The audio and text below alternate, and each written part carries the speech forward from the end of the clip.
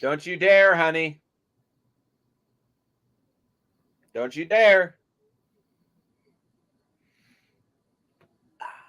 Hello, Jacksonites, and welcome back to Super Kaiju Binge. And let's welcome back Jackie Boy to Super Kaiju Binge for the first time in 2 years. It is no, shut up. It's not been 2 years. Shut up. It has not been 2 years. The last year. of Super Kaiju Binge that you were on was the Black Scorpion in 2022. Oh my god. Has it been that long? Since you've been on Super Kaiju Binge? Yes, it has. Holy shit. I apologize for all white Canadians everywhere. Alrighty. So, debuting Jackie Boy's return to Super Kaiju Binge, he has decided to join us for, I believe, one of your favorite Godzilla movies? Yep, if you have, well, you haven't, watched my top 10 goddamn Godzilla movies, my Halloween special from 2022, I covered my top 10. This is pre-1, people. I didn't know it was even a thing at the time. This is my number 9 favorite Godzilla movie, and that is, do I say the title? There you go. Let me do it. Today, me and Jackie Boy will be reviewing one of the most divisive and kind of controversial Godzilla films of the whole franchise. In the year of its 30th anniversary, 1994's Godzilla vs. SpaceGodzilla. Yes, indeed. I have the Sony Blu-ray. Jackie Boy has a TriStar Godzilla. I have the Toho Godzilla collection. I think this is volume 1, so it has the rest of the Heisei movies up to, and the first 2 Rebirth of Mothras. I do have the other one as well, but yeah, that's sort of where I'm able to watch it. That or I have it digitally. I'll say this about. I'll just say this. You bring up it's the most controversial. I see this in my review where it's like most fans declare this one of the worst. Mm-hmm. And my only response is, I'll just recreate it. Really, guys? You think this is as bad as Godzilla's Revenge? As bad as Godzilla says that I should fight my own battles, you know? Like, despite them both having chibi sons, I don't think it's that bad. I think it's pretty fun. So yes, indeed. We'll jump to that in just a minute. Okay, so Godzilla vs. SpaceGodzilla is a 1994 Japanese kaiju film directed by Kensho Yamashita, with special effects, of course, done by Koichi Kawakita. This being the 21st film in the Godzilla franchise and is the 6th film in the franchise's Heisei era. The film is notable for the introduction of the monster SpaceGodzilla, as well as the reintroduction of the mecha character Mogera, making its first appearance on screen since the 1957 film The Mysterians. Oh, yeah. Released December 10th, 1994.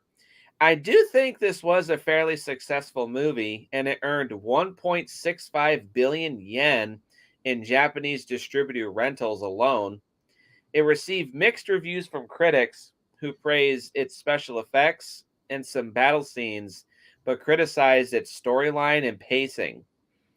It was released direct-to-video in the U.S. in 1999 by Columbia TriStar Home Video.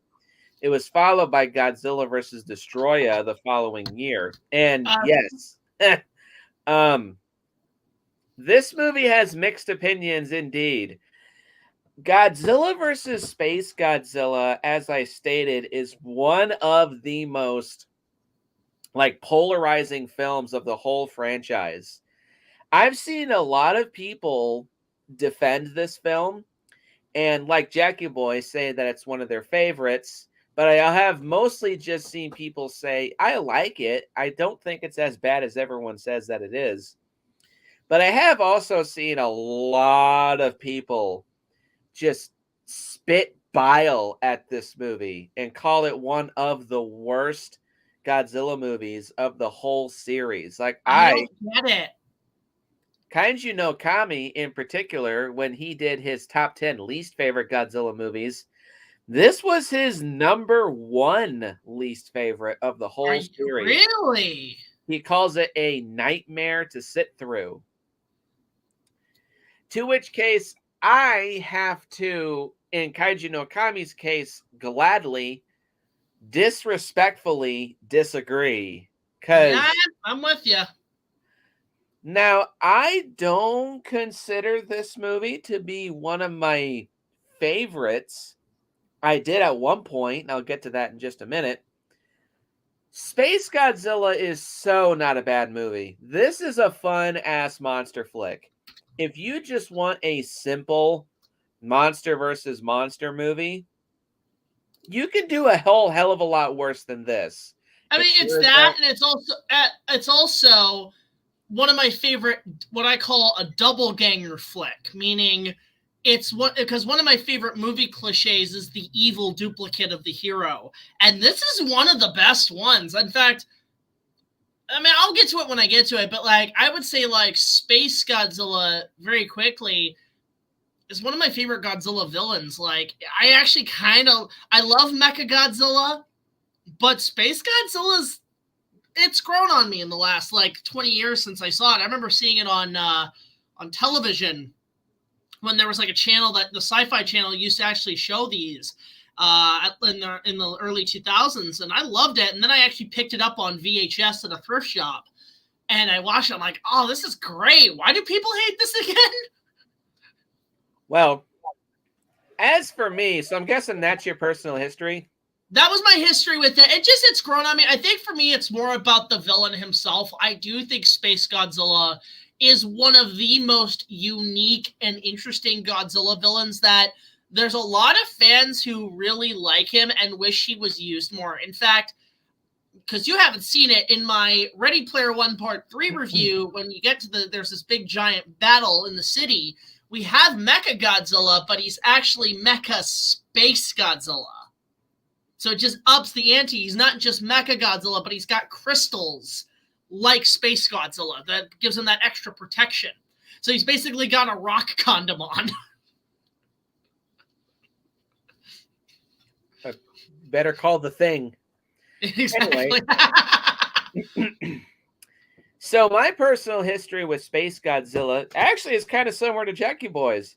The first time I saw this movie, I was hanging out at my mom's friend's house.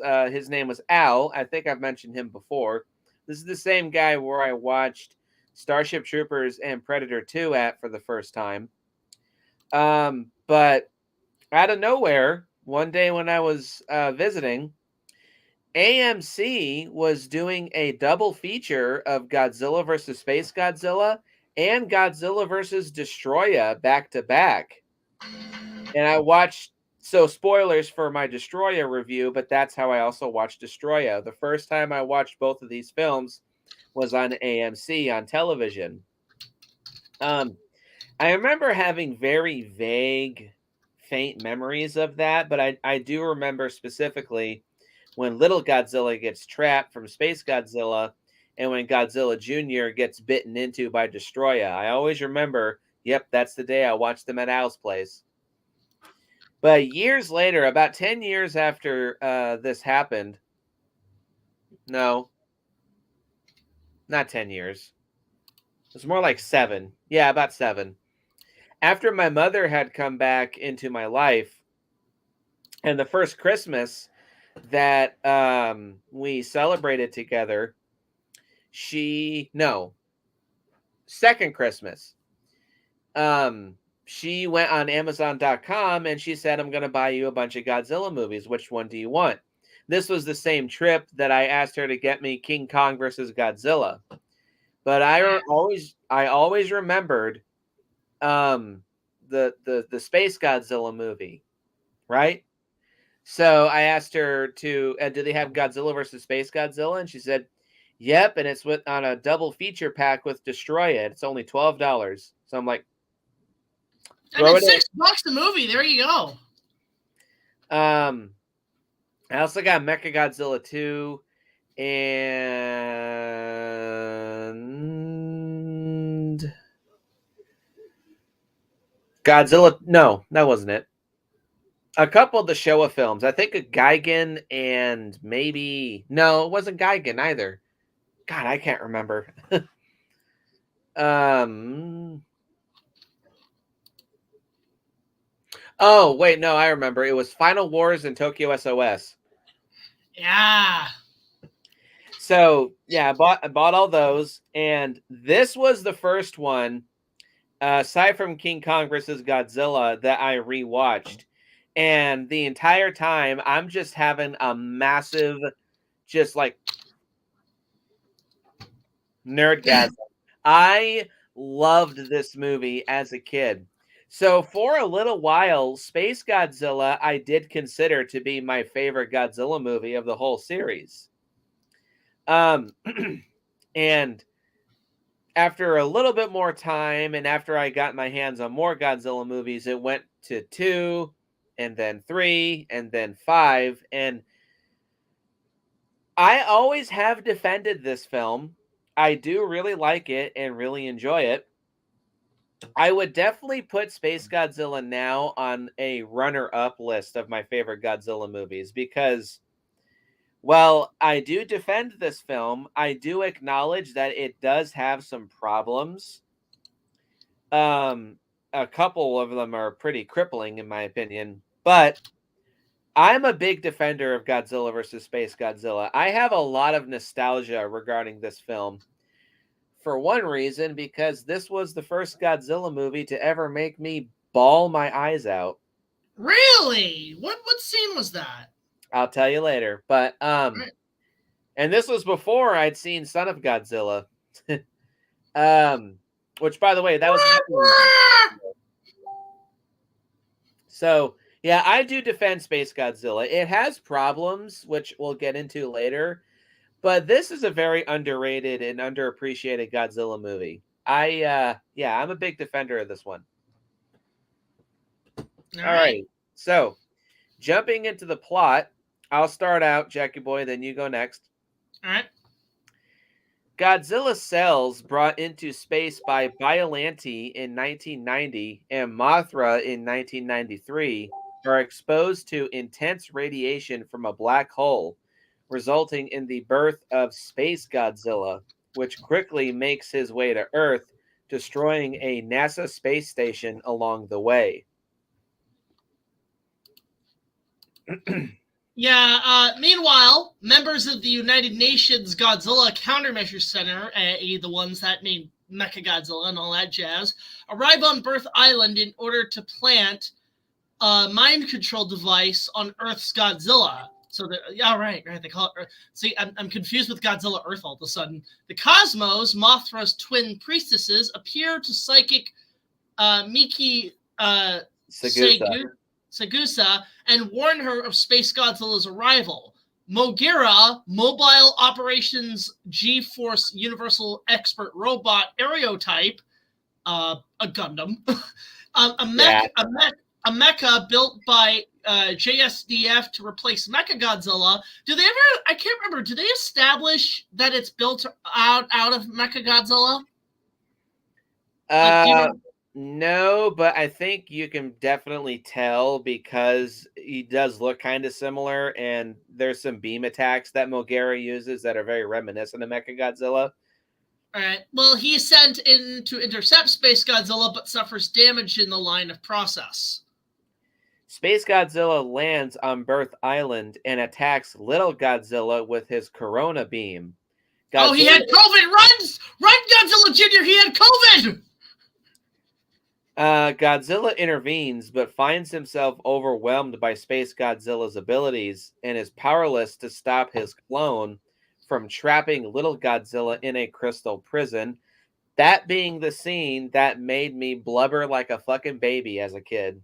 Really? Yep, watching Little Godzilla get kidnapped by essentially his evil uncle scarred me as a child. And I'm not afraid to admit this. 2 hours ago, rewatching this movie for the first time since 2018, it still makes me cry.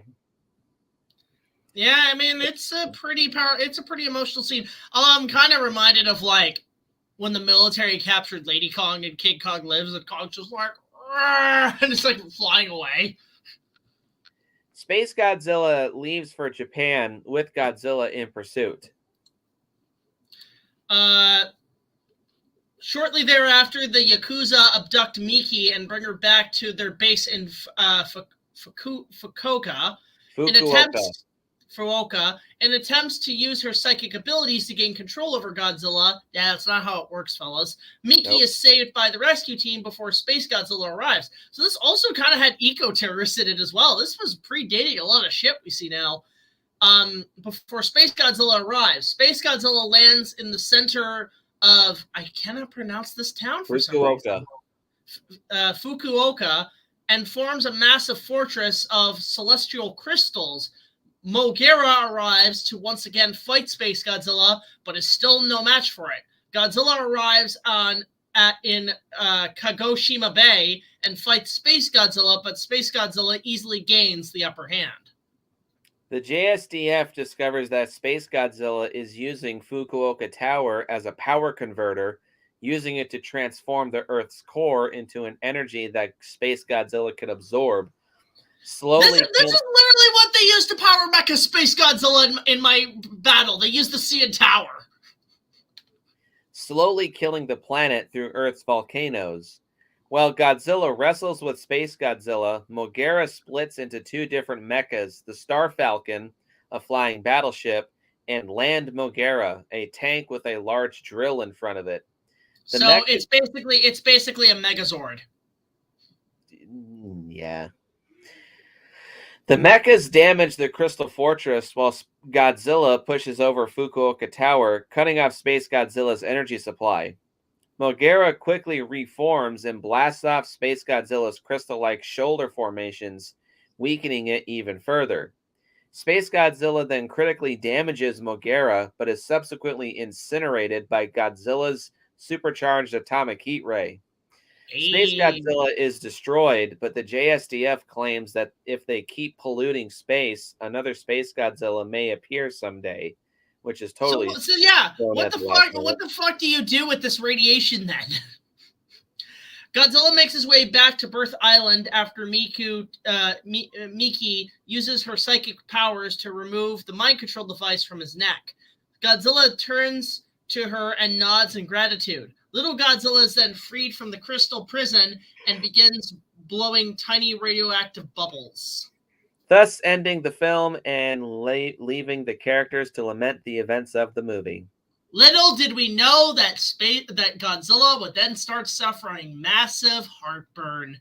The end. Ugh. But that's how about this plot? I like it. I think it's what I say in my original little micro review in my top 10 list is that it has a very anime-esque plot that you would see in like you have an anime series and then you have the movie, and it feels kind of like the anime movie equivalent for a Godzilla movie in terms of just tone, action, plot relevance, continuity. A lot of that is carried over into this film. I do think SpaceGodzilla is very much a very unique villain, a really cool villain, an original design. I've more lately leaned into the more original monster designs, and I wish we could see more of those. So things like Biollante and Destroya and Orca and Megaguirus and stuff like that, just sort of, those type of monsters, whereas like we always get like I think because for a while we were going through a lot of the classic monsters, so Ghidorah, Rodan, Mothra, Mechagodzilla. It was cool to see another unique design, which I think was why the Heisei era always stands out as one of the best eras of Godzilla, because not only do you have the old classic monsters, you have original monsters, which now is a little tougher to get. I mean, if you don't count the legendary movies, even Japan doesn't really do that much anymore. Out of their own cowardice. So, my thoughts on the plot, I kind of second a lot of what Jackie Boy was saying. I like this movie's plot. It is nothing special. Let's just get that out of the way. It's just a monster. It's a Godzilla versus insert monster here movie. it kind of feels a bit of a throwback to the 70s, like with Godzilla versus Ghidorah, Gigan, and Megalon. It's just a simple premise, set up the plot, have the human characters interact, show the antagonistic monster, Godzilla fights antagonistic monster, then humans try to fight the antagonistic monster, and then Godzilla kills the antagonistic monster. It's simple, it's straightforward, and to the point. And it's another thing. This one, I'll get to it in my pros, but like, there's a lot of stuff in this movie that it does that, in regards to the previous entries, does finally do, and it actually does pay off relatively well. Overall, again, nothing special, but if you're a big fan of movies like Ghidorah, Gigan, and Megalon, as I am, this movie will be right up your alley. If you just want to watch Godzilla be a big badass anti-hero and protect the world from an antagonistic monster, this movie's right up your alley, which I am a big fan of those. So I'm a big fan of this movie. And I'm surprised that something like Legendary has not thought, let's get Space Godzilla in this shit. Maybe they might be building up to it, but hey, that's off topic. So that's all I have to say. I like the plot. It's simple, straightforward, and fun. I like it. I have a question, by the way. Where did the idea of Space Godzilla come from? We might get into that a little later, so save that for later. Alrighty, right. So how many pros you got? I have 6. I have 1, 2, 3, 4. I think about 5 pros. Go ahead. Before we begin. So my first pro, mine's already open. By the way, thoughts on the new logo for Pepsi? Yeah, I like it a little better. I'm gonna miss this logo because that was when I was in high school. Now I'm 30. What happened? My first pro, again, first and foremost, might as well get out of the way. Space Godzilla. Space Godzilla makes the movie. This villain is intimidating. He is created in a very continuity-based way. His design is so sinister, very demonic. Like he kind of is very, I want to say, very xenomorphish. Like, just sort of like if we actually did get a xenomorphzilla, essentially. Xenozilla. Exactly. I like the idea that he's like a big space crystal. I like the fact that he's got those anime movie villain tropes where he's just a big fortress half the time. And that's actually the question. Again, the question I have: where did this idea come from? Like, who came up with this shit? What person at Toho was literally like taking crack and looking at the crack and saying, oh, "Crackzilla, yeah, from outer space.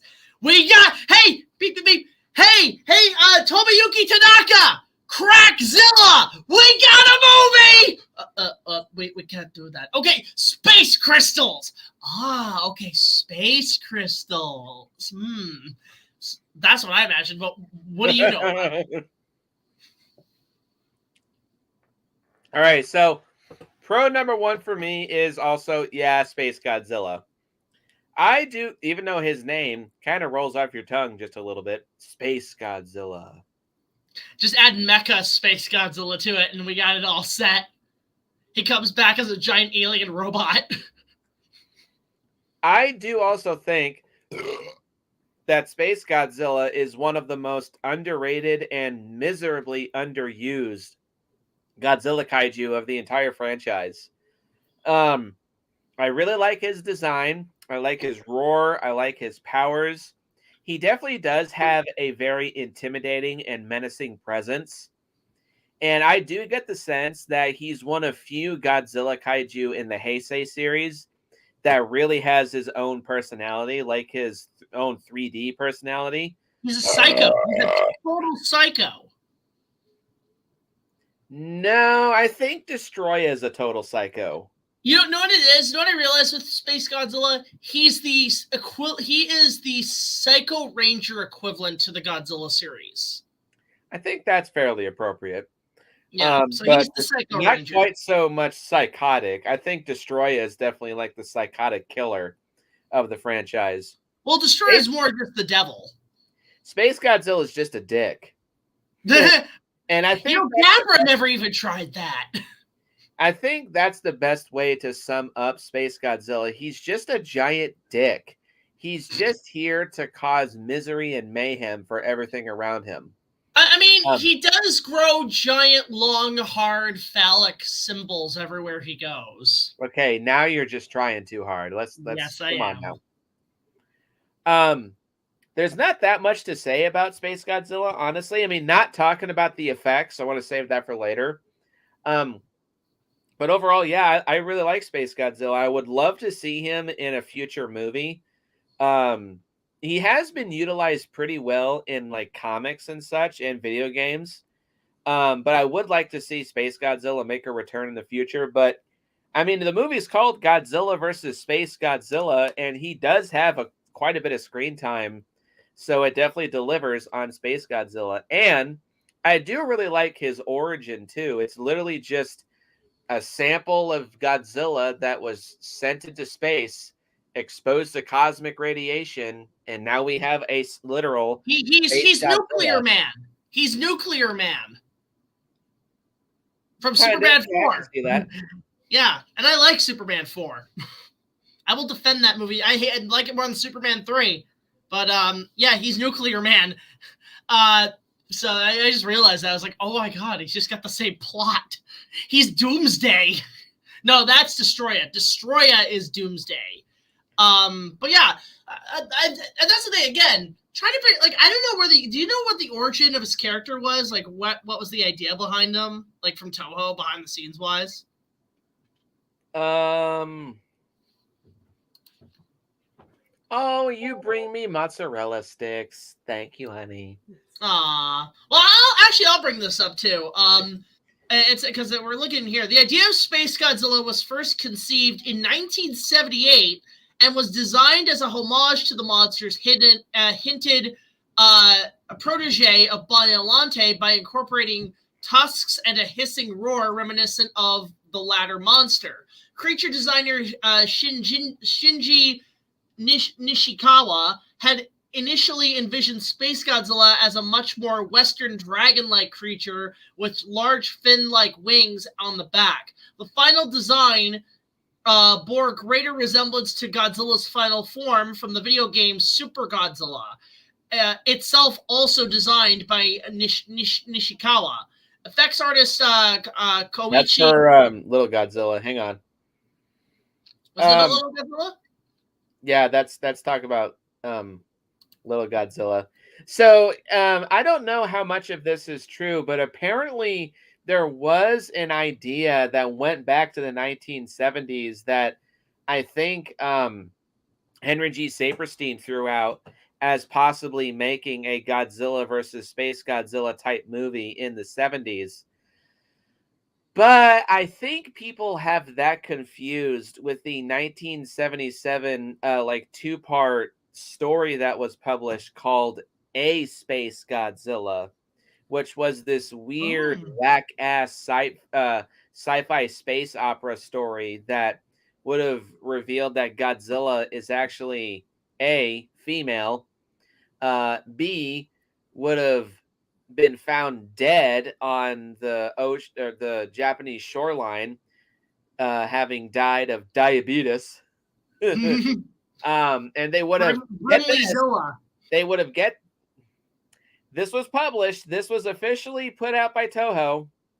They would have created a Godzilla-shaped space rocket containing Godzilla's carcass, shot it off into space, and Godzilla would return to her home planet, reunite with her husband and son, and do battle with these giant, big-boobed, green-skinned, Nazi or swastika-wearing aliens in space.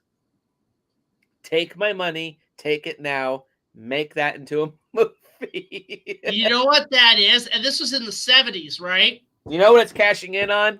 Totally quoting Monster Island Buddies, the Star Wars. It's the Godzilla Holiday Special!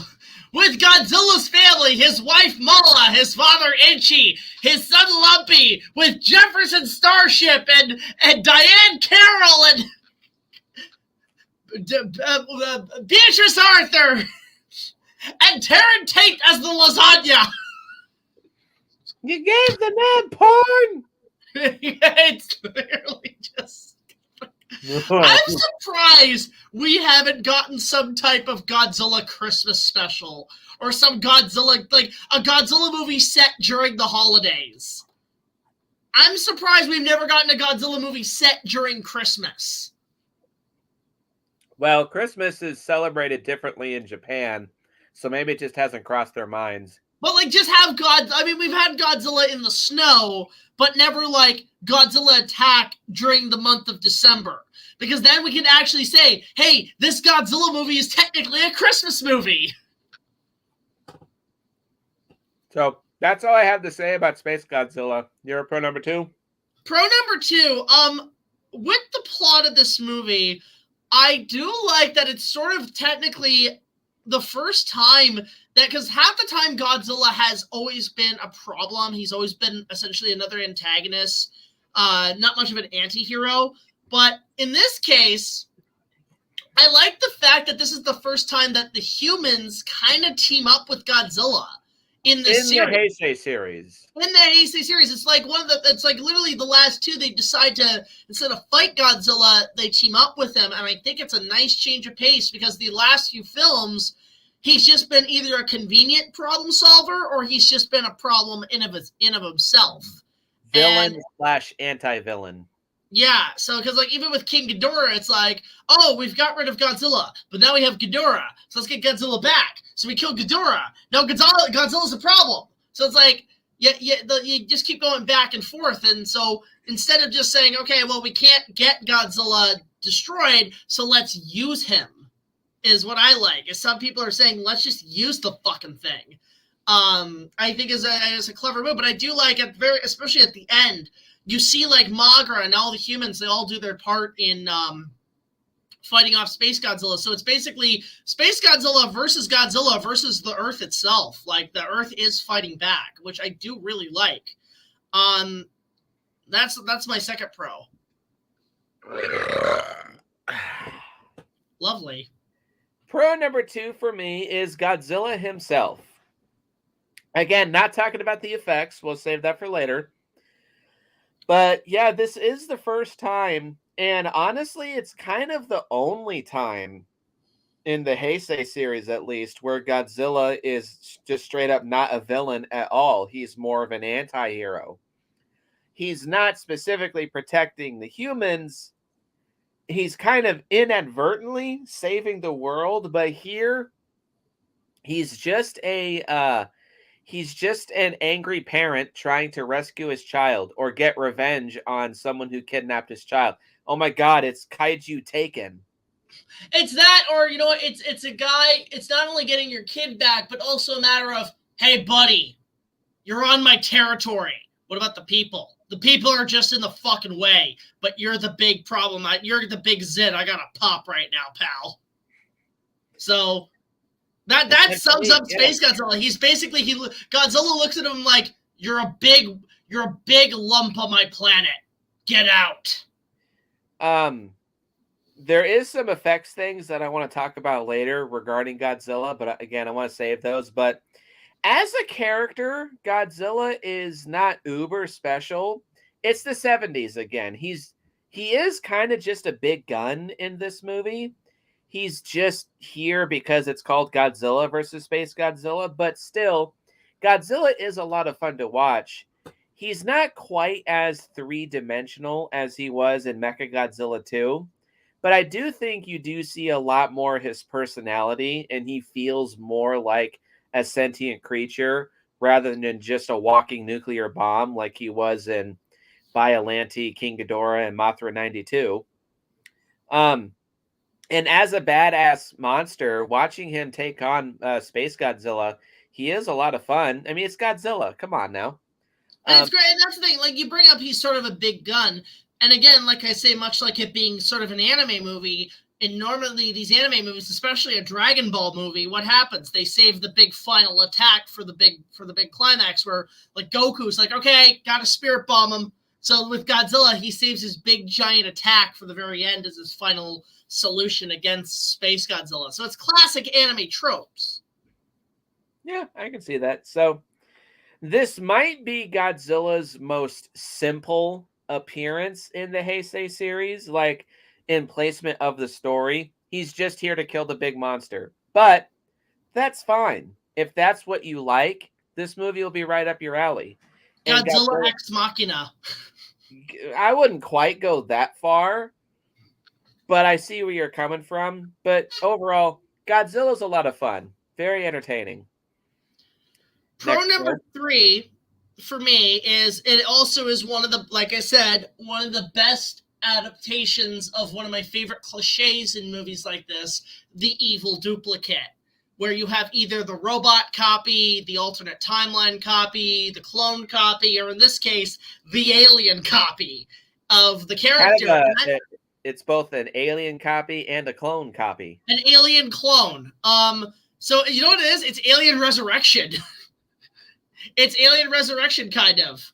And I the thing is with me, it's I love that cliche so much when the hero has to fight his evil duplicate, and it shows like it almost looks like Space Godzilla. What's great about him is that he's almost like Godzilla on fucking steroids.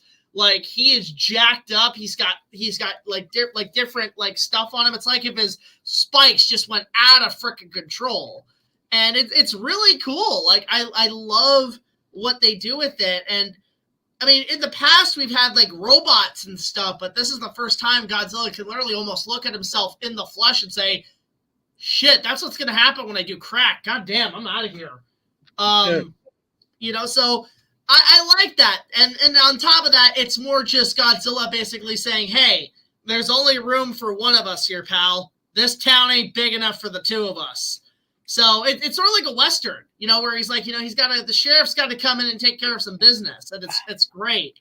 So it's one of my favorite adaptations of that genre, which I've seen many of, like, you know, Mad Jack or Psycho Rangers. Yeah, Psycho Rangers, or, you know, stuff like that. I've always enjoyed in films and television. I mean, man, I might do that someday. Dark Jack. Let's go. No, you just call it Jack Off. That just pisses him off. Alrighty.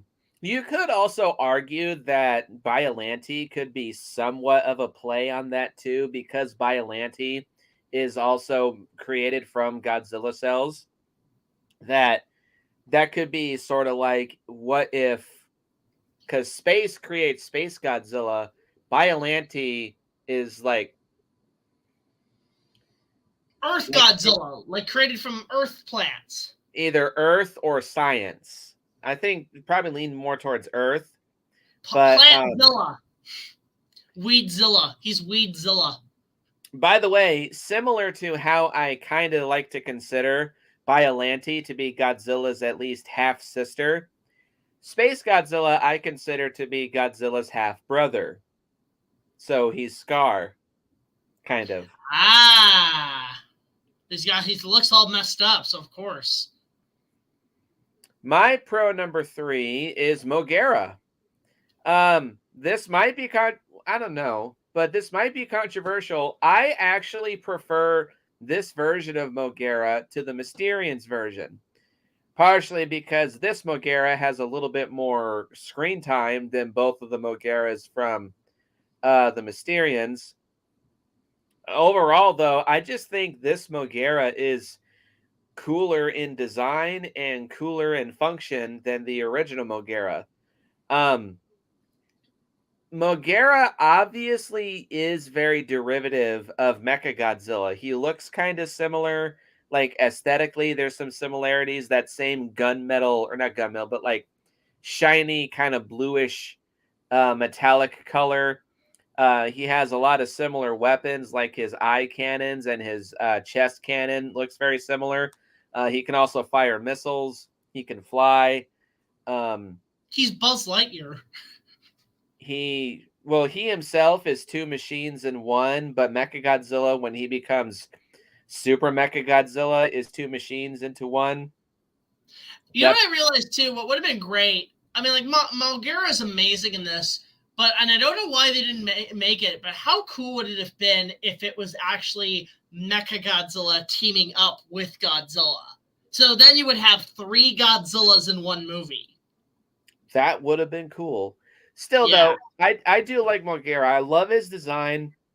Again, we're not talking about the effects, but they're great. I'll say this, actually. I'll say this quickly about Mulgera, too. I love him in this, too.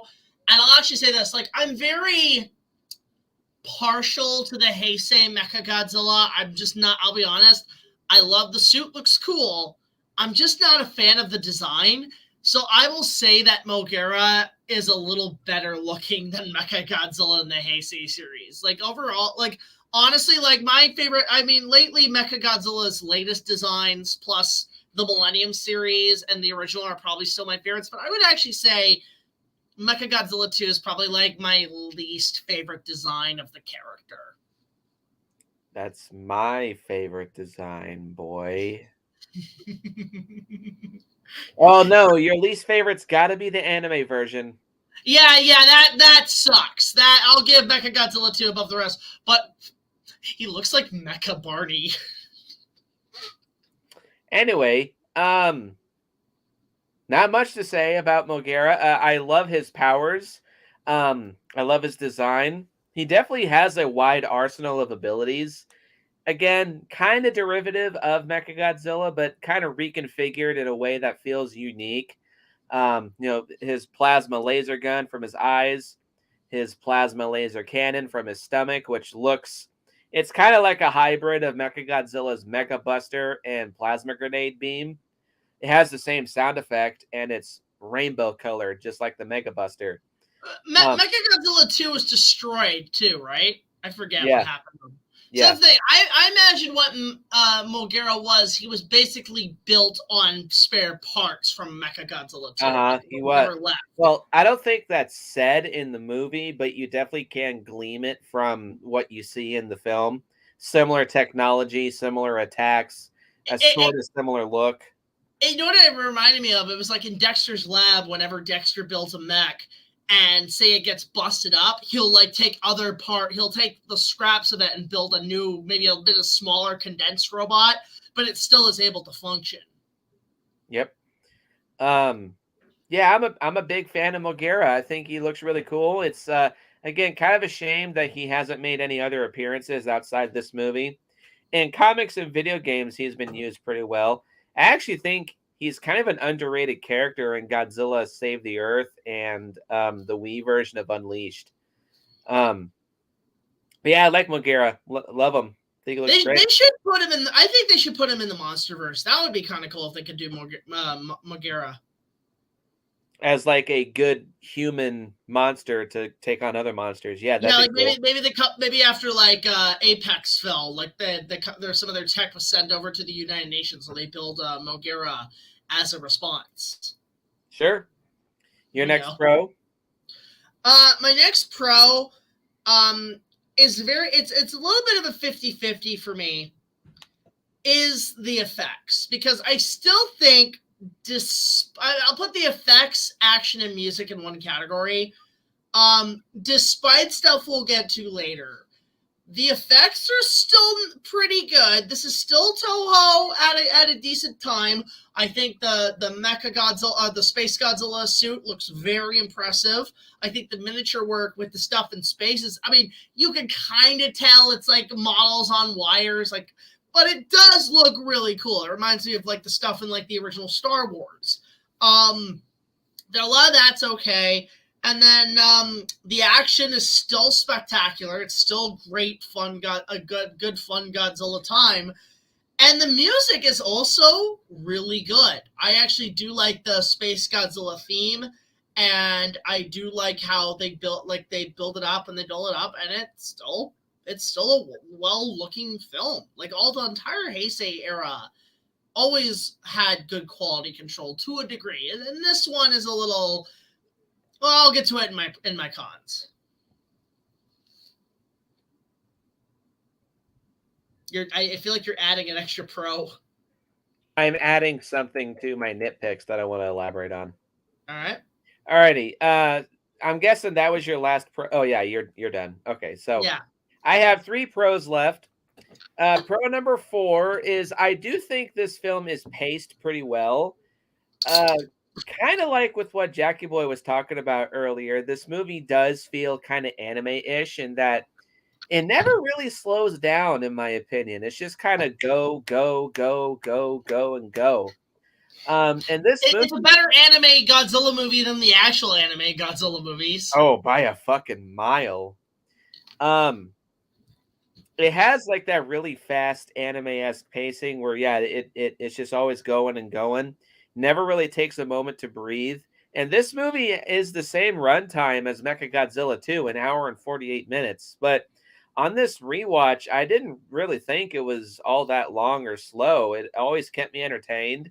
It was always moving at a good clip. There was always something happening. And maybe like the 1 or 2 moments that it does stop to take a breath, it's just setting up the next big action scene. Well, not really big action scene, but the next big thing to happen. So, yeah, I think this movie's paced pretty well. Pro number 5 is the fun monster action. I do have a con regarding the monster action, but what we have here is entertaining, yeah. So we kind of only have. So we have Space Godzilla versus Mogera in space for like 2 minutes. Oh, I make that joke a lot. In space.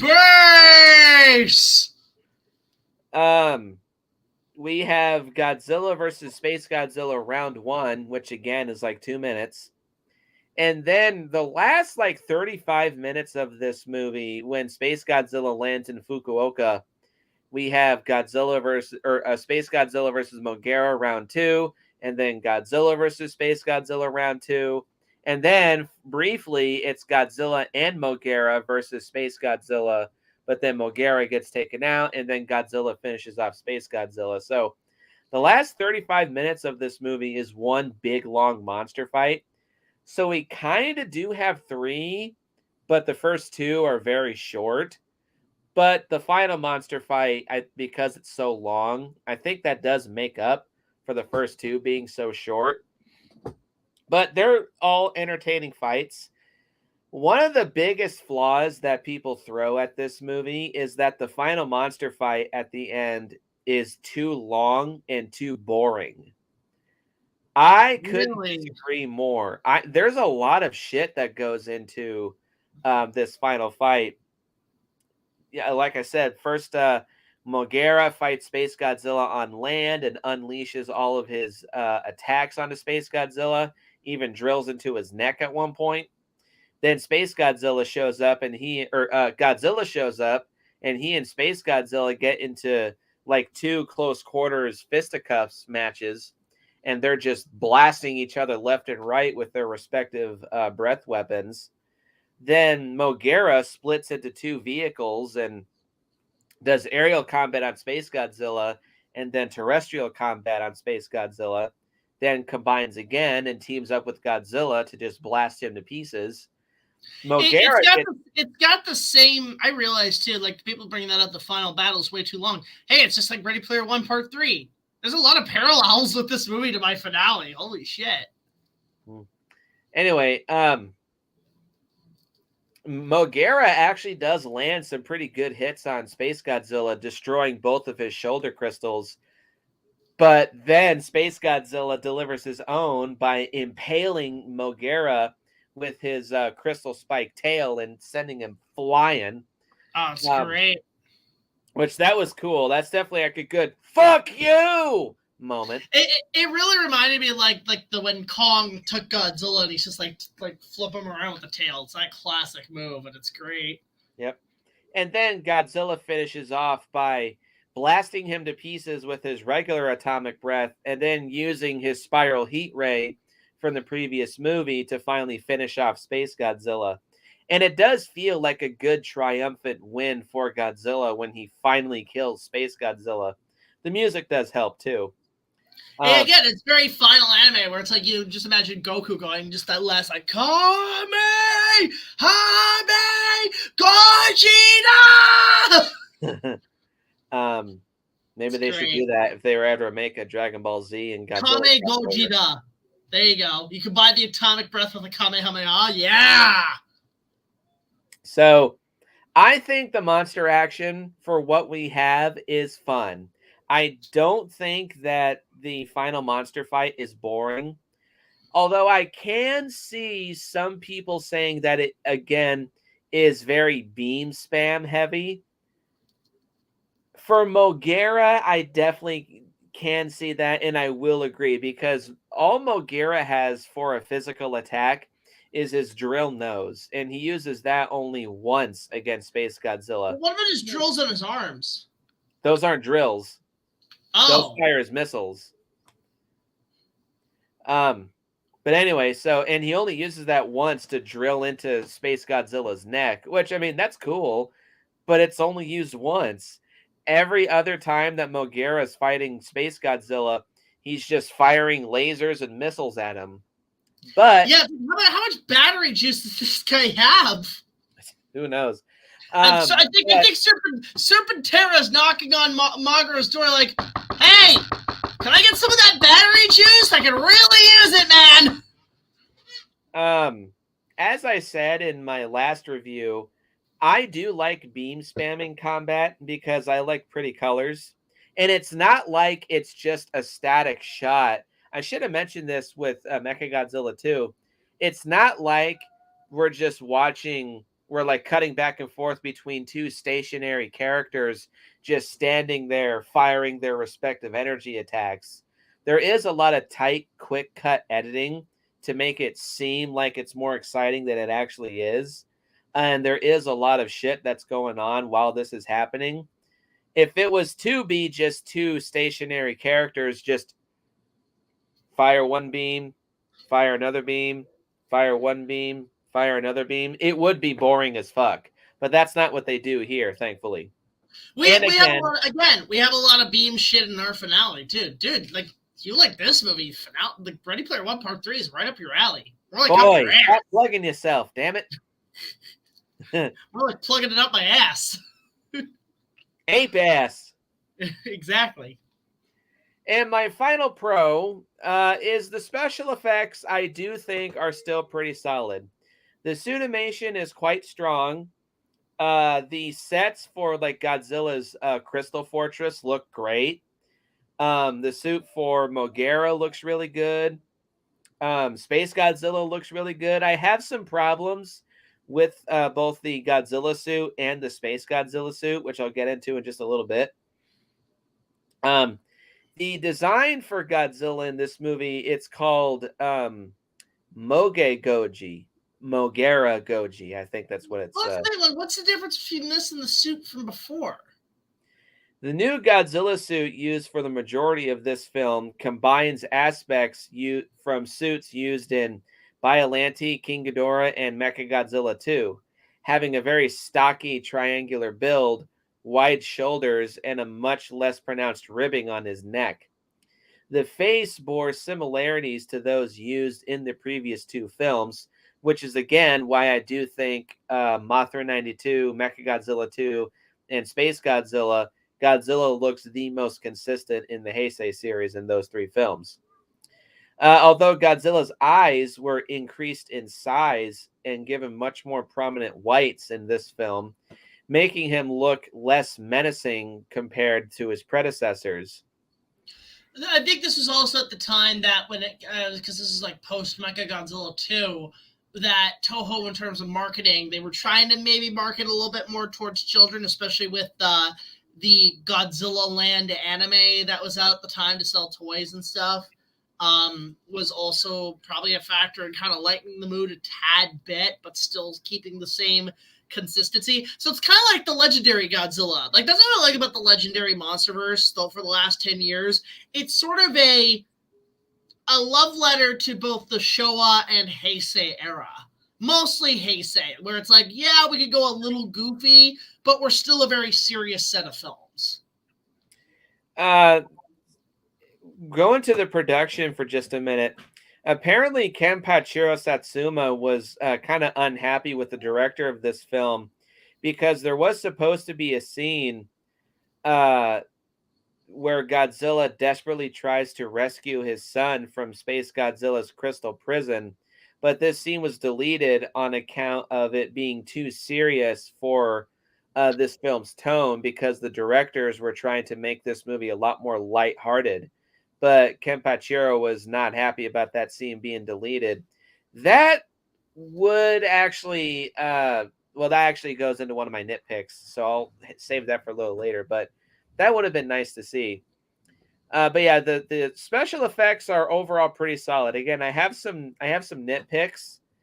But yeah, the suitimation looks great. The beam effects look great. The composite and green screen effects are all pretty good. The explosions look really good. Overall, the effects are great. It has some of my favorite Godzilla city attack moments too, in terms of just shots. Like, they look really good. More on that later. Okay. Alrighty. So yeah, that's all I have to say. Not much to say about the effects. They're not quite as good as the previous movie, in my opinion. But still, overall, they're pretty solid. So I have 1, 2, 3, 4, 5, 6. Oh, I have 5 nitpicks, but one of them is kind of layered, and they're all kind of brief. So I'll get through these kind of quick. Nitpick number 1: this movie does have some unresolved ideas, like mainly 2. Yuki's grudge with Godzilla is just kind of dropped at the last minute. And like his progression, so they established that Yuki, the character Yuki in this movie, his best friend was Colonel Gondo from Godzilla vs. Biollante. Which, by the way, I do like that they do take advantage of some continuity from the previous Godzilla movie. It's great. Some of the best continuity in the series. It is kind of problematic considering the fact that the events of Godzilla vs. Biollante were kind of erased from history. Retconned. But that's delving into that whole bad time travel shenanigans, which I don't want to touch. So we'll just move on from that. I acknowledge that it technically should not happen, but they do it anyway. But I actually do like it. But yeah, Yuki has a grudge against Godzilla, which, first off, this in and of itself, Yuki says that Godzilla has a weak point in a spot on his armpits, and he tries to shoot him with these bullets full of blood coagulant, but he's unsuccessful. In the one scene that he tries to do that, it doesn't work, and then they never speak of that again for the rest of the movie. It just feels like, move on. From big-lipped alligator moment. And then Yuki spends a good chunk of this movie with this big grudge against Godzilla. He even tries to use Mogera to fight and kill Godzilla for less than a minute. Then he gets knocked out, and then SpaceGodzilla shows up, and he's like, "You're the reason I'm alive. Can't let SpaceGodzilla catch you now." And then at the end, he's like, "Well, he's a pretty great creature after all." So what's going on with this? Like, where did his grudge go? I'm gonna guess this is just kind of lazy writing, but it just feels a bit rushed. And the other mainly unresolved idea is Project Telepathy, with this transmitter on the back of Godzilla's head, and Mickey's trying to use her telepathy to control Godzilla. It's in the opening scene, or not opening, but like the first scene where Godzilla fights SpaceGodzilla, and then when Mickey gets rescued from the Yakuza, but they don't do anything else, and it's never brought up once for the rest of the film. And the motivations for the Yakuza kidnapping Mickey also are just kind of weak and contrived, in my opinion. We just want you to control Godzilla. How'd you know about that information? Also, and she asks the main guy who is like her colleague who kidnaps her, "Why are you doing this?" Power. That's what Godzilla's all about, isn't he? So he's an eco-terrorist? I mean, I guess you could kind of glean that, but What is he gonna like wear the psychic link? He's gonna go on Godzilla's head and say, "Go forth, Godzilla, destroy everything." I guess, but I would look if I was tied down and he was interrogating me, I'd be like, "Your plan is so goddamn unrealistic and stupid." and it also just feels kind of half botched. Like, what? I would be looking at him saying, "Did you think of this idea while taking a shit? Seriously, dude? Were you just dumping ass and thinking, right on Godzilla's back and mind control him?" Nitpick number 2, there are some sound effect issues in the final fight. Like, there's multiple shots where you see Godzilla and SpaceGodzilla open their mouths, and they don't roar. They're completely silent. And as I've stated before, that's a nitpick that I've always, or like a huge pet peeve that I have with monster movies, is if monsters roar, their mouths don't open, or if their mouths do open and no sound comes out. That has always just gotten under my skin, and this movie is the first one in a long time to do that, and it's distracting. It's called the sound remaster. You just have to go in and add the sounds yourself. And also, I can only guess maybe this was a sign to show that SpaceGodzilla's power was weakening.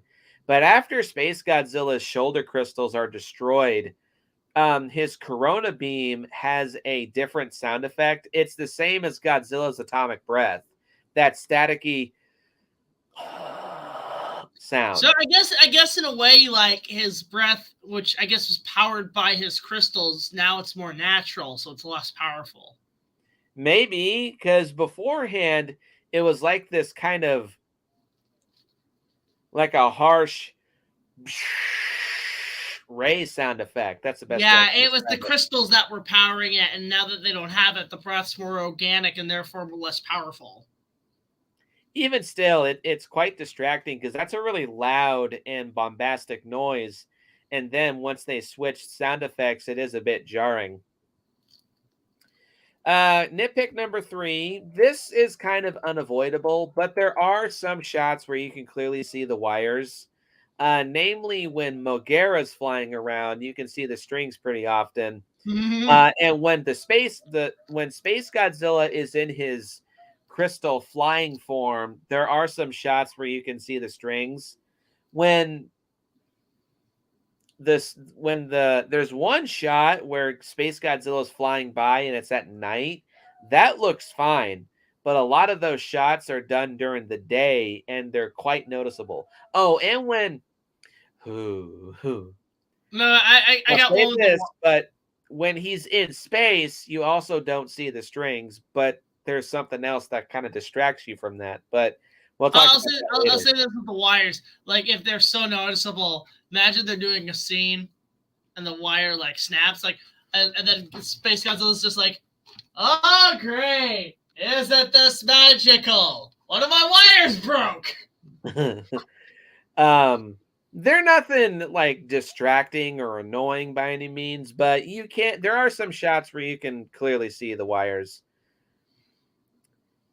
This is a very minor nitpick, but lack of little Godzilla.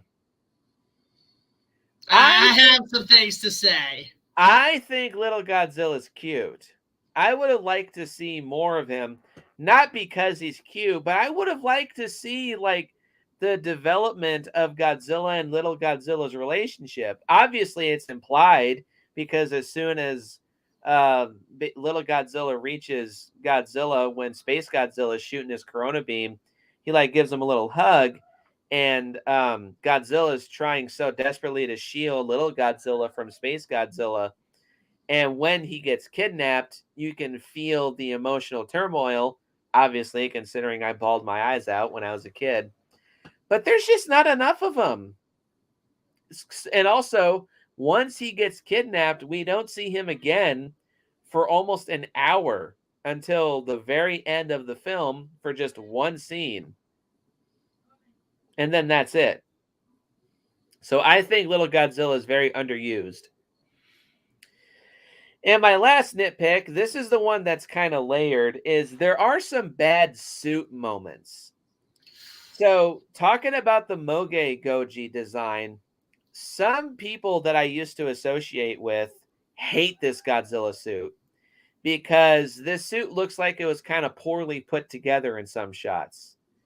And when Godzilla first comes out of the ocean on, I think it's Bass Island, to presumably just to see little Godzilla, when he's walking out of the ocean, there's one shot where if you look at Godzilla's right hand, his like index finger is twice as long and twice as fat. This kid I used to collaborate with, he calls it a tumor finger. Godzilla has cancer. But the most infamous bad suit effect in this movie, there's a few shots where you can whole ass see Godzilla's tail flop off. Like it rips right off the wire. Yes. It's like really... She brings me more food. Nice. Stinky. But yeah, just the tail, it feels like the wire snapped and it ripped it off. And no, it's not. I don't think it's that. It's just that because the thing was flopping around so much all the time, like the material of the suit. I mean, it almost feels like this. I guess you could say the suit was just quickly thrown together of what was available. So it's kind of like the Godzilla costume later on in the Showa era, where it started to show signs of age. So I guess this was the time they said, okay, guys, we can only get the suit for one more movie, and then we got to replace it in the next one. And it was showing signs of rotting away to a degree. Yeah, because there's two shots in particular. They're both in the water. The one being the worst, when Godzilla dives underwater, he flicks his tail up out of the water, and you can literally just see a good like chunk of the end just right as he goes underwater. Yeah, it's kind of it's kind of funny, but it does kind of scream rushed, which we will discuss later. I want to bring this up. I have 4 cons. Okay, we'll get to those. I have 6. I'm almost done. And the one nitpick that I have regarding SpaceGodzilla, you can tell that the suit is very top heavy. It looks very stiff and unmaneuverable at times. You can tell the suit actor, he's kind of in like a semi-straight jacket. Like he can't lift up his arms like this. So SpaceGodzilla's arms, he can only move them around like this. It looks like he has no shoulders. His arms just come out of his body just like this. And you can tell that that SpaceGodzilla himself, he has a lot of trouble walking. Because like there's one shot where SpaceGodzilla's walking, quote unquote, walking towards little Godzilla. He looks like he's limping. He's just like stepping forward with one foot and then dragging himself. Maybe, yeah, the suits feel a little top heavy. You can tell, like, maybe it's because of the crystals and everything. Maybe just, like, they're trying to tell him to shoot. It's like, action. It's like, dude, I keep moving this fucking thing. God damn it. Kind of, a little bit, okay. Yeah. Okay, did we get the shot? Okay, reset. Oh, God damn it. That's animation. It's like he's like a dark helmet in Spaceballs. I can't breathe in this thing. And actually, you know what? I'm just gonna get rid of my mixed elements because I actually do have a con with this one thing here. Okay. But yeah, not necessarily a huge problem. I do still really like SpaceGodzilla's design, and I like his personality and his character. Still, though, and this isn't the worst of Koichi Kawakita syndrome, but you can still tell that Kawakita was more focused on looks versus practicality regarding SpaceGodzilla. This suit definitely did look kind of uncomfortable to wear.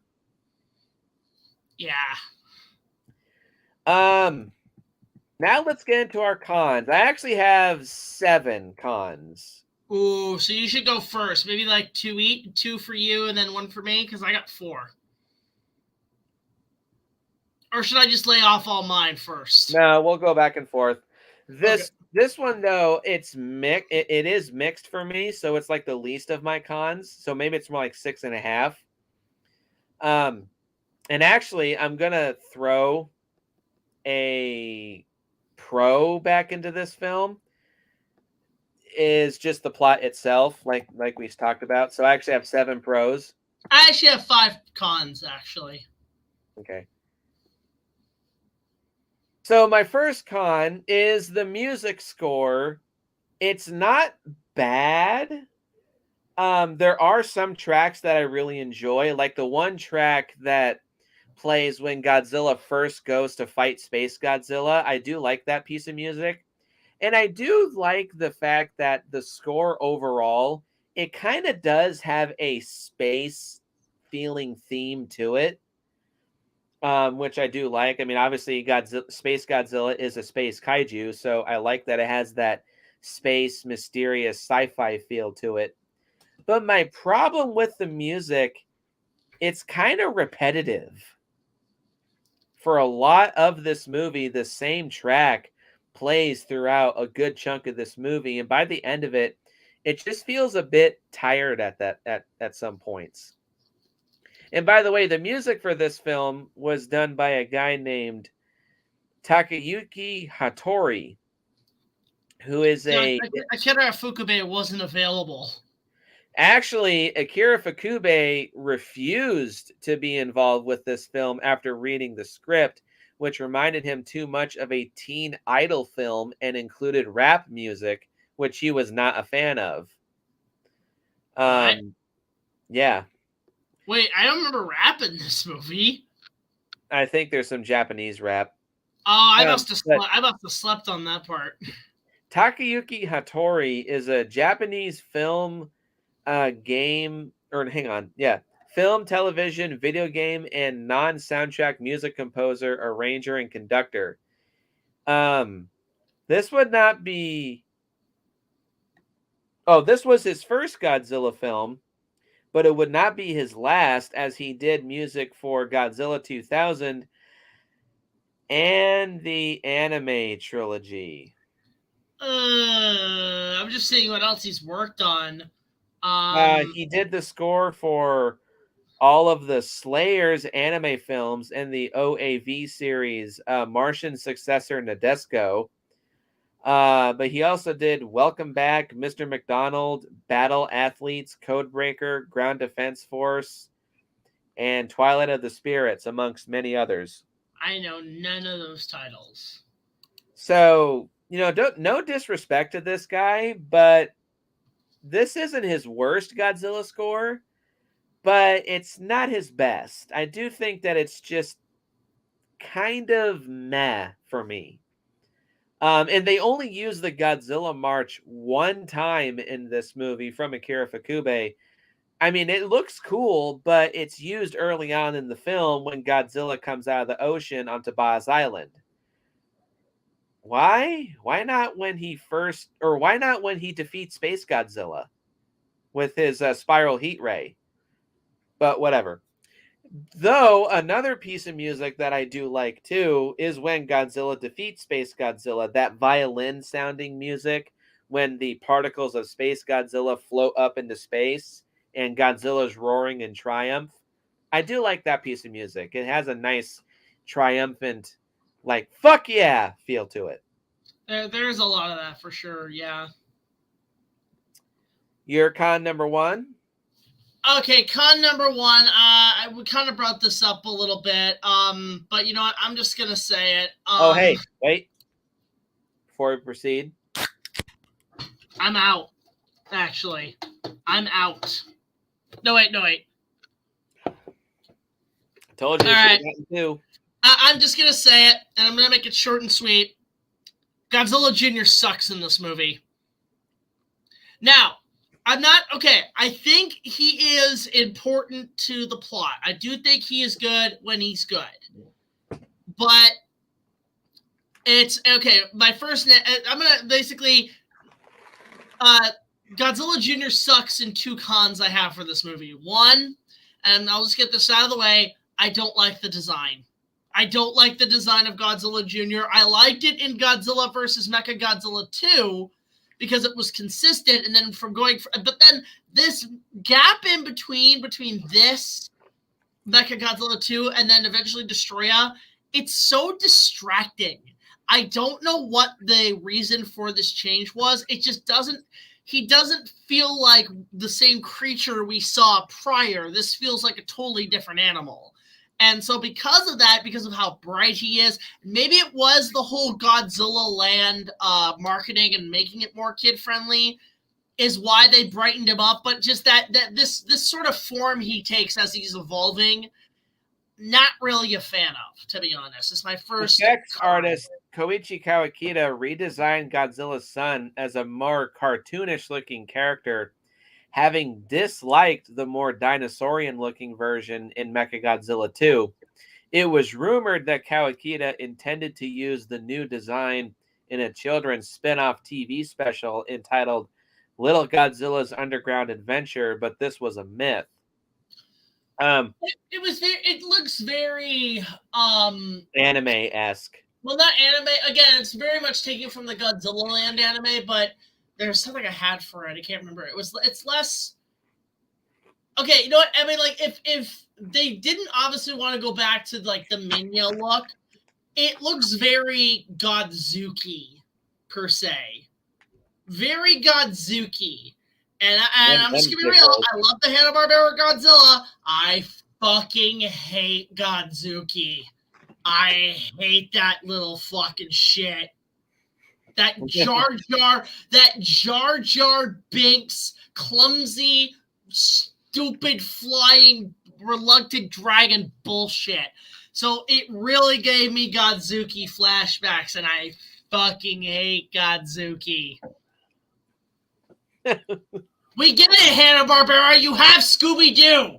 You've tried this multiple times with Jabberjaw and that car that puffs a lot. We get it. You want a Scooby-Doo Godzilla. It's not happening. The one maybe minor criticism that I will agree that I've heard be applied to Little Godzilla is that his placement in the story, he's kind of just a glorified plot device, which I will kind of agree. He's a Megodzilla Guffin. Sure. I still think he's cute. And when he gets kidnapped by SpaceGodzilla, it still makes me cry. So, good on the filmmaker's part there. I have a second con with Godzilla Jr. This is my second con in the movie. I don't like how they portrayed his character. I think he's kind of a dumbass. Like, James brought this up too. Why would Godzilla Jr. look at this demonic steroid-looking fucking thing? Daddy? Dada? It's so dumb. Sense that Little Godzilla was actually trying to be brave and try to fight his own battles, if you will. You know. But it blew up in his face.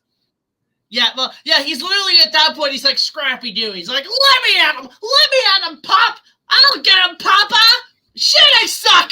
This is a Hanna-Barbera cartoon! The little tiny little mascot cute thing always gets kidnapped, and so it's like the Lois Lane, and so Godzilla's like, oh god, oh me, damn it. Okay, all right, son, I'm coming to save you for the 52nd fucking time, god damn it. You really gotta learn to fight your own battles, you know. It's like, no, that's like, you see the scene where like little baby Godzilla Jr. is getting taken away from SpaceGodzilla, and Godzilla just looks up like, I miss Gabra. I don't. Anyway, my con number 2, I was going to say that this movie does feel generic, but I actually don't. I think SpaceGodzilla is a very original design. Maybe his concept might be, maybe not generic, but it is a bit blunt. Like, literally just Godzilla that grew in space and came to Earth. That's literally what he is. So, but I like that. it is simple, but sometimes a simple origin is all that you need. But I will admit that this movie, like in its placement in the Heisei timeline, it does feel a bit fillerish.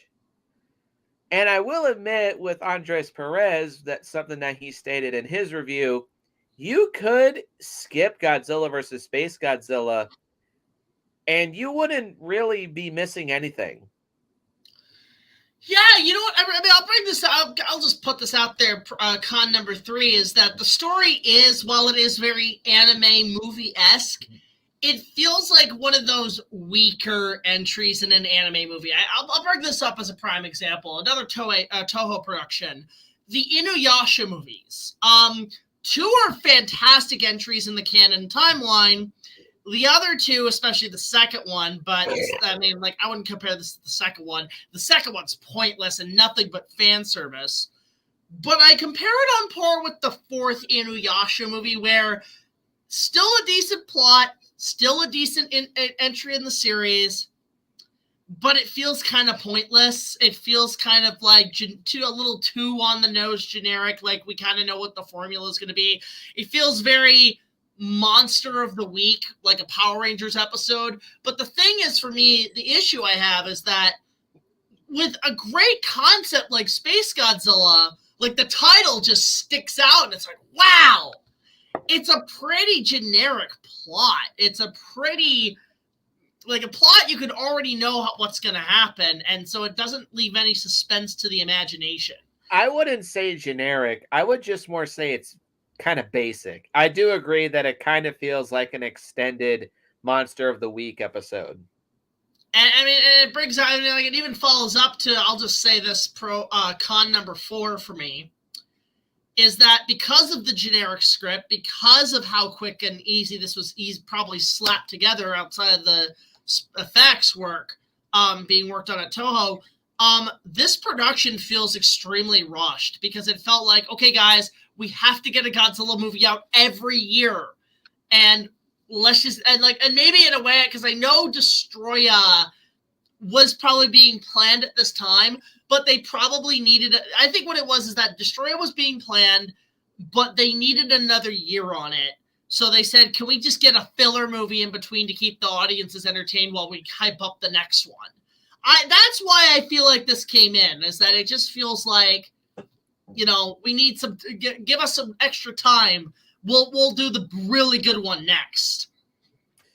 My con number 3 is that I do agree in some areas that this movie does look kind of cheap and rushed. It's mainly in the effects, like Godzilla's tail falling off and the tumor finger and all the wire shots. This is actually my next con. This is the biggest sign that makes this movie scream kind of cheap, is the overuse of all the composite shots. Whenever Space Godzilla is flying over a city, it's a composite shot. We see nothing actually getting destroyed. It's the same shit that they were doing in Mechagodzilla 2, where something's in the back. It's like when Rodan is flying. You see Rodan flying in the background, and then there's a composite shot of the city in the front, and then there's just dust and fire and smoke being spit up. Or Tokyo Disneyland. And it's the same thing with Space Godzilla. Space Godzilla flies in the background, and you see fire, smoke, and sparks being spit up, but nothing actually be destroyed. I mean, going back, I just want to say, going back to Superman 4, not just in terms of the origins, but also in the effects, because that kind of reminds me of that one static shot of Superman just flying towards camera, and they use it over and over and over again. Over again, yeah. This is the Superman 4 of the series, basically. Anyway, so, but when Godzilla first comes to when he's on making a beeline to Fukuoka, almost every single shot of Godzilla trampling through a city is a composite shot. There's 2 shots where Godzilla stomps on one building with his foot, and it's a very brief shot. And then there's another one where Godzilla tears his way through a building trying to get to Space Godzilla. and it's a kind of a long section. It's like 5 or 6 minutes of shot after shot after shot of Godzilla making his way through a city and people running in the foreground. They're all composite shots where Godzilla is just walking in the background. There's smoke and fire and sparks and debris being spit up all over the place, but you don't really see anything getting destroyed outside of those 2 brief shots where Godzilla destroys a building. And to me, sure, the composite shots look great. They're well it's using something I do now, which is natural blue screen, where you shoot on a blue sky day and you just have to crop out the blue and just replace it with Godzilla or something. I've been learning this technique, and it actually is really fun to do. Sure, but because they use them so many times, to me, it just screams cheap.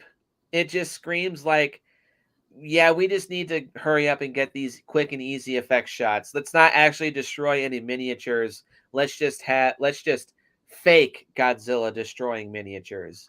I'm gonna add another con very quickly. So this is con number 5, and then I have the 6th con. But this is con number 5. You bring that up.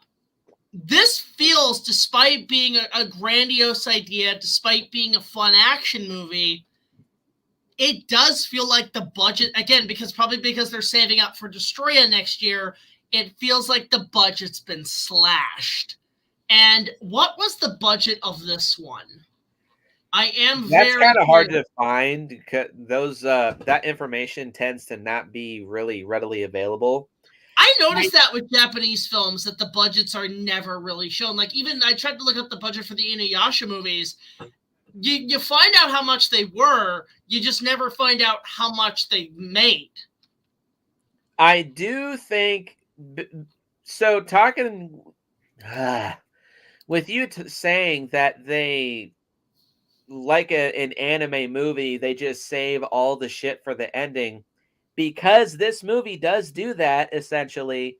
Like, maybe that's why the first 2 fights are so short and brief.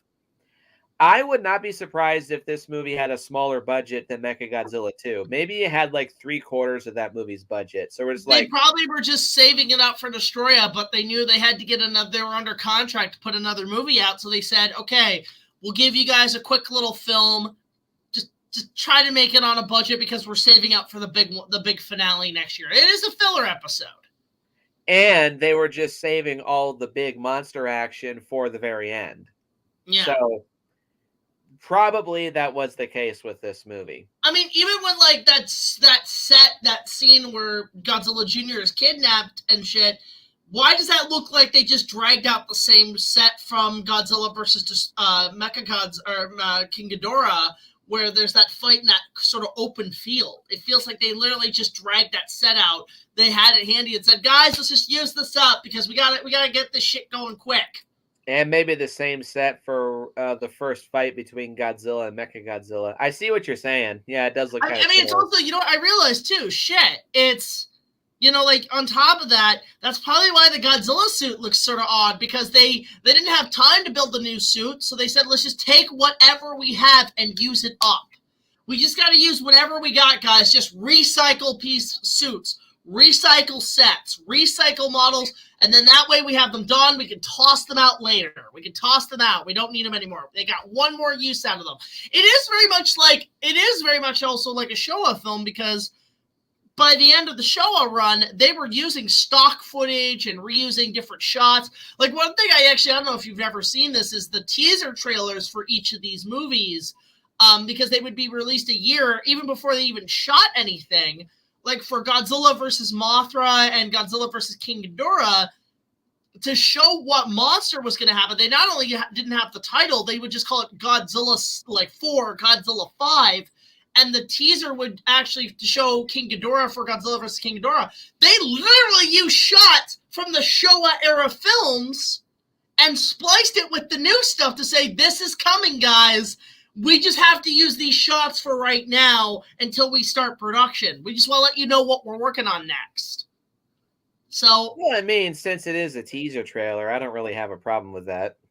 So I actually am very surprised that, like, wow, okay, they're just they're just at this point recycle instead of using stock footage, they're using stock sets. Well, also they do use a little bit of stock footage in this movie. I forgot to mention. No way! Which stock footage did they use? It's from Biollante. When Godzilla gets attacked by the Japanese Navy when he's making his way to Fukuoka, there's a couple brief shots from Biollante that they reuse. But I mean, if you're familiar with Godzilla versus Biollante, you can spot it in the snap of a finger, as I did. But it's only like 1 or 2 shots, so it's not a huge deal. But that also kind of does scream cheap. Not counting the stock footage from Biollante when Gando's sister, who is a character in this movie, explains Yuki's relationship to Colonel Gando. They use some stock footage from Biollante, but it's in like a sepia tone, so it's not and it's flashback. So that's where it's acceptable. But if you're using stock footage for special effects, that's noticeable. You know what I realized? I mean, I don't think this is the Showa era. No, I get the feeling this is like Roger Corman came in and edited this movie because it's literally having like Carnosaur 3 problems. Maybe. It's not a big problem, but that also doesn't help in making this movie feel not cheap. Yeah, it's I can make a whole movie out of the stock footage. So this is also a minor con, but this also does scream cheap, is the lack of monster action. Oh, wait, I gotta talk about this real quick. This is hands down the cheapest that this movie looks. When Mogera first fights SpaceGodzilla in space. The joust. No, it's not the joust. So they're in space. There's no stars. And you see these 2 flying props just slowly flying towards each other with these fake ass looking paper mache asteroids on strings in the background. And the wires. This is Superman 4! The fight in the moon! The moon fight! The only difference is you don't see Mogera, much like Superman, move the freaking moon! It just screams cheap and is hands down the worst effect in this movie. And thankfully it is very short, but fucking A, that space fight is not I'm just gonna say this. This brings me to my final con, just personally for me. As much as I think this movie's an action film, it's a fun movie. I have a really good time, and the effects are good. There are parts of like, this sucks. This is not good. Some of these effects you dodged a little, but you were a little dodgy, guys. The suit falls apart. The compositing shots, the space shots. Like, here's the thing. If I was to go in, like when I watched this as a kid, any kid who watches this, they have a good time with it. They don't notice things. They have a fun time with it. But as an adult, you watch it as an entertaining movie because you also know it's cheap. You know it's half-assed. And so it's now the charm of the bad effects. It's the charm of it. You could tell it's almost like watching some kid, like the stuff in space especially. You feel like you're watching some kid's home movie in like the late 80s or 90s when they were trying to make their own little Star Wars movie. Like, it is literally the equivalent of, let me just pull this up right here as a prime example. Like, if I was making one of those like homemade Star Wars movies with my parents' movie camera with a little black like Bristol board, and I poke holes in it, put it over the window to make the stars, and I just literally do this with the camera. Yeah, I can see that. That's the effects. They feel like a home movie. They feel like a fan film to a degree. Now, like a fan film in the 70s. Now, I'm okay with that. I can see the charm. But for a entry in the Godzilla movies, you're making the Showa effects look good, guys. Holy shit. You're making like the stuff in Godzilla versus Gigan look good. Well, the new stuff in Godzilla versus Gigan does look good. Anyway. Wow. So Yeah, that space fight, that's the worst effect in this movie. And that's the biggest sign, aside, along with the composite shots, that make this movie scream cheap and rushed. And just in comparison, I'm just going to say this. The effects in Kyoto Sentai Zyuranger looked better. And that was a few years prior, looked better than this. That's saying something, Toho, when Super Sentai Power Rangers is looking like you're almost on par, but like they're looking a little better in comparison. But anyway, the lack of monster action, yeah, it's a bit distracting and a little annoying.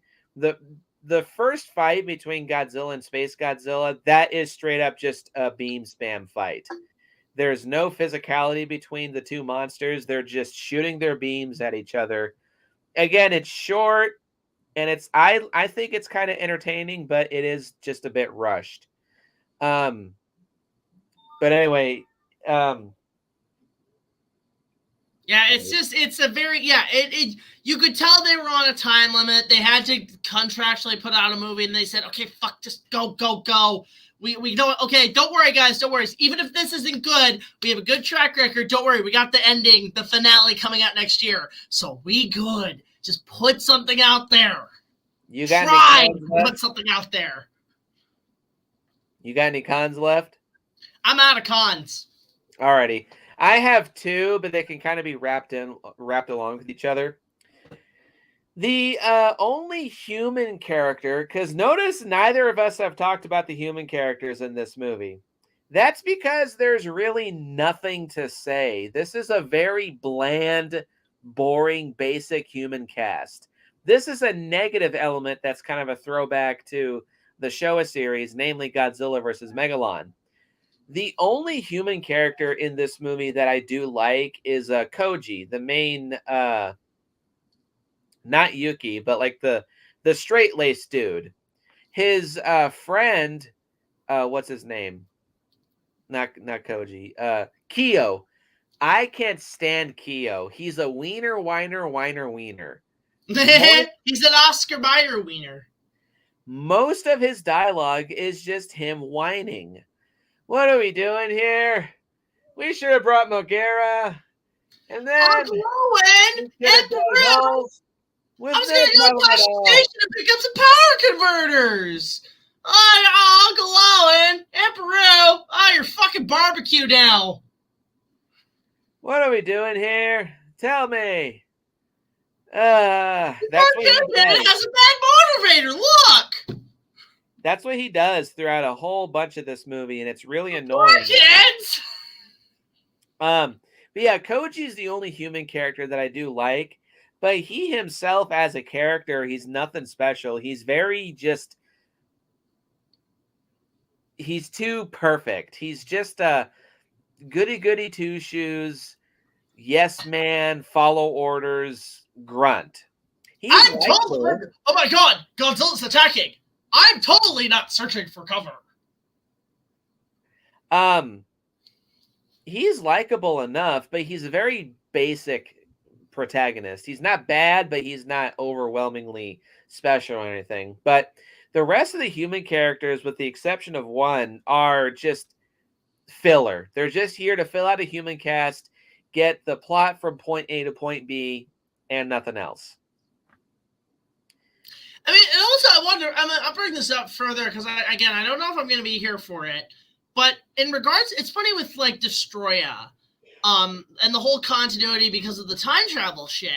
Like, I forget about this. It's one of the few cons I have about Destroya is that given the fact that it ties back to the original Godzilla and you have characters from the original show up, but with the time travel aspect, you're like, wait, this should not be happening in Destroya.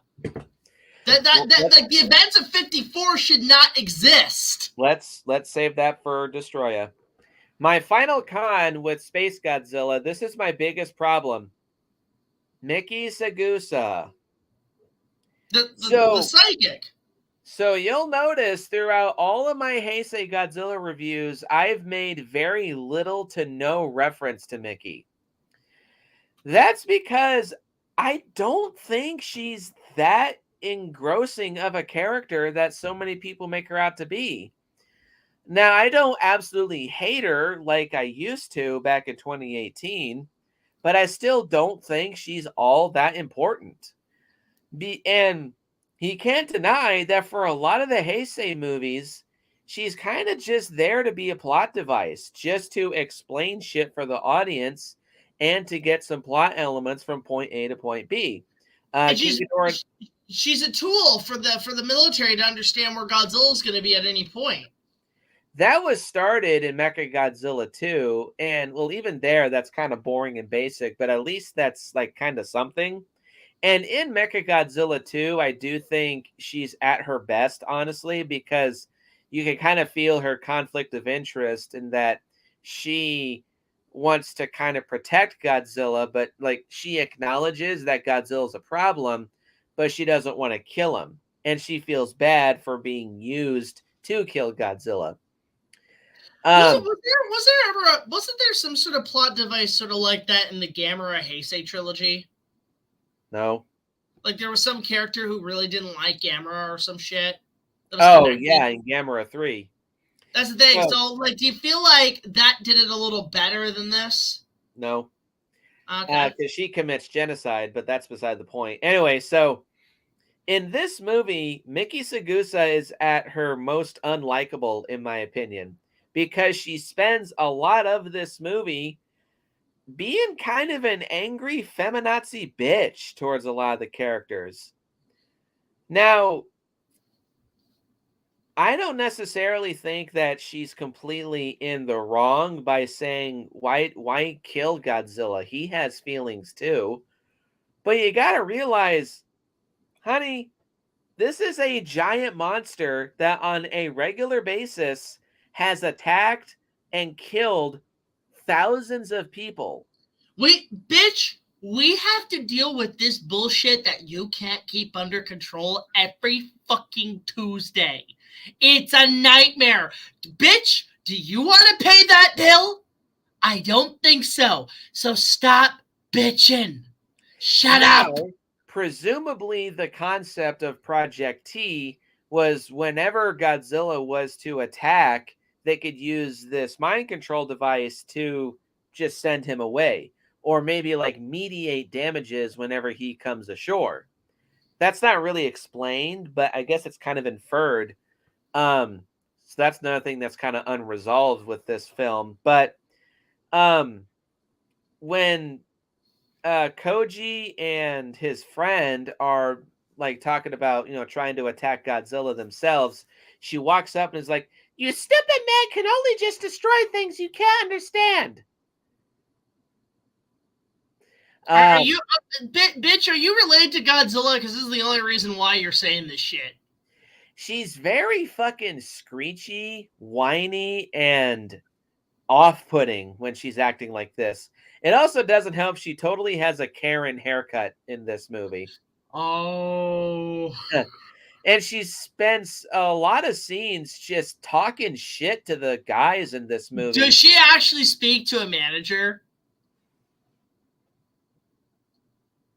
No. Oh. But yeah, she talks shit to Koji, talks shit to his friend, talks shit to Yuki a little bit. And she almost, to quote Andres Perez, she kind of does act like an angry activist on Tumblr. Another problem that I have with Mickey in this movie, so it's obviously been established that she's a psychic and she's telepathic. But when she's saved from the Yakuza, she all of a sudden pulls telekinesis out of her ass. Like, where's this coming from? Carrie? Carrie, is that you? And it's the only time in the whole movie. Well, maybe she did use it too to save Yuki when he got his foot trapped in Mogera. I guess that's kind of implied, but they talk about telekinesis once and they say, "How'd you do that?" Telekinesis. Wait, what? I've just never tried it before. You could do this whole fucking time? Yeah, you could do this the whole time, but this is the one time that you do this power? No, that reminds me of people who saw Man of Steel, and when Superman snaps Zod's neck, there was either the, oh, what, Superman doesn't kill people, but then there's some people who are like, he could have done that the whole fucking time! Funny, I gotta start rewatching those movies. So Mickey is not a remarkable character to me. I get that there's people that like her because she establishes continuity. Well, you can do that through other ways, but I just don't think she's all that special of a character. And in a lot of her movies beforehand, she's literally just been a plot device. And here, she's rendered to be a complete snotty Karen bitch. So I don't really like Mickey Segusa. I don't think she's all that special. She's not that noteworthy. And this is easily her worst appearance in the whole show. And it's ironic because it comes off her best appearance in the whole series. Yeah, exactly. There she is saying, stop talking shit about me. Pretty much, 30 years. That's all I have to say about Godzilla versus SpaceGodzilla. Final thoughts, Jackie boy? Despite our bitch fits, despite its problems, despite its rushed production, I still get entertained by this. I still find this extremely entertaining. I still think it is a fun film. I still think it has its moments where it's amazing and it's got some of my favorite cliches. So I still like it despite its flaws. I wouldn't say it's a guilty pleasure. I would say it's just very much a movie that I can go back anytime. It's like Jurassic Park 3. If it was on television, I could stick it on and be like, I'm entertained. And if I were to rank it, it's a 7. It's a 7 for me. Godzilla vs. SpaceGodzilla is a very underrated film. Even though I had a lot of nitpicks and cons regarding this movie, and I do admit that this is a pretty big mixed bag, I still like this movie way more than Mothra 92. That's for damn sure. It's a fun monster movie. It is fillery, but if you just want a simple monster versus monster movie, you can't do you can do a whole lot worse. This is an entertaining film. It's got some fun fight scenes, some good special effects. It's got a good plot, a good cliche, a unique, entertaining, and intimidating monster. Can't go wrong.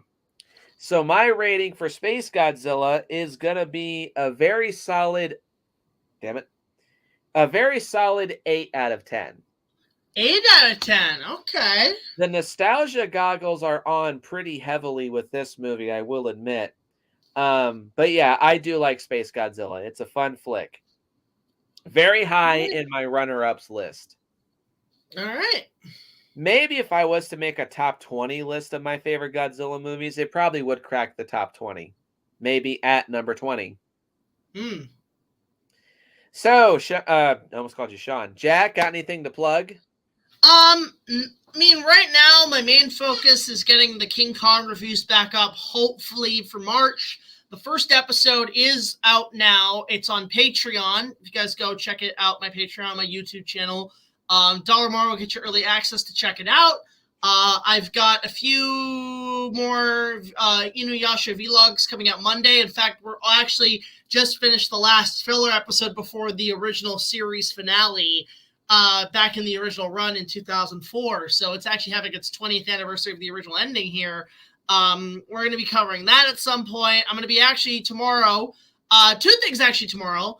I will be streaming, hopefully game streaming Spyro the Year of the Dragon, because it is the Year of the Dragon, on PS1. And on top of that, on twitch.tv on ConG, which is an online convention, I am entering a AMV competition. I've got 2 entries in there. And not looking to win, just want to show off my work. But ConG actually is a really good online convention. All their proceeds actually go to mental health organizations. So check them out there. And you can check me out on my YouTube channel. I've got some new spicy episodes coming up. Look forward to future episodes of Super Kaiju Binge. Post your comments down below. Let me know what you think. Hit the like button and hit the subscribe button and share this video with your friends. Go check out Jackie Boy's channel. And as always, go out and if you see a giant cutesy looking anime Godzilla, just say hello and move on. And I will see you guys in the next video.